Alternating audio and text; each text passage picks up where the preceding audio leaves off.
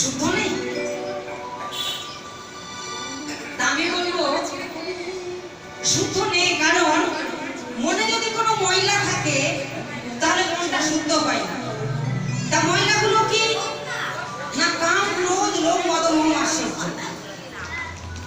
তা সেগুলোকে পরিষ্কার করতে হলে মন হচ্ছে আমাদের আয়না। তা আয়না যদি কোনো ময়লা পড়ে আমরা কি দিয়ে পরিষ্কার করি? সাবান, সোডা বা সার্ফ দিয়ে পরিষ্কার করি।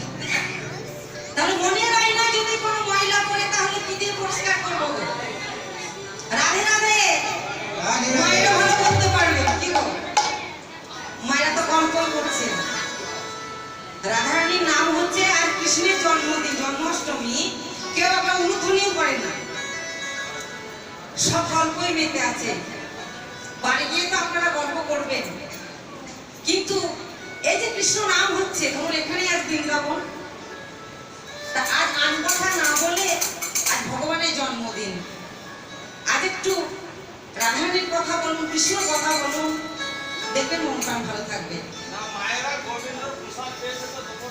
হ্যাঁ, তার জন্য ভুলে গেছে ভগবানের জন্মদিন, মনে নেই, তাই তো? হ্যাঁ, ঠিক কথা। তা মনটাকে শুদ্ধ করতে হয় কি? ভগবানের দয়ারূপী জল। তা ভগবানের দয়ারূপী জল তো এমনি এমনি পাবো না, কি গো পাবো মায়েরা? তাহলে কি করতে হবে? না, আমাদের দীক্ষা নিতে হবে।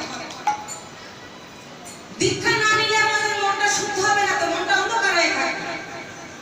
যতক্ষণ না বীজ মন্ত্র আমাদের অন্তরে প্রবেশ করবে ততক্ষণ আমাদের কি হবে না? মনটা অন্ধকার হয়ে থাকবে। তাহলে মনে ময়লাগুলো থাকবে। তাহলে ভগবান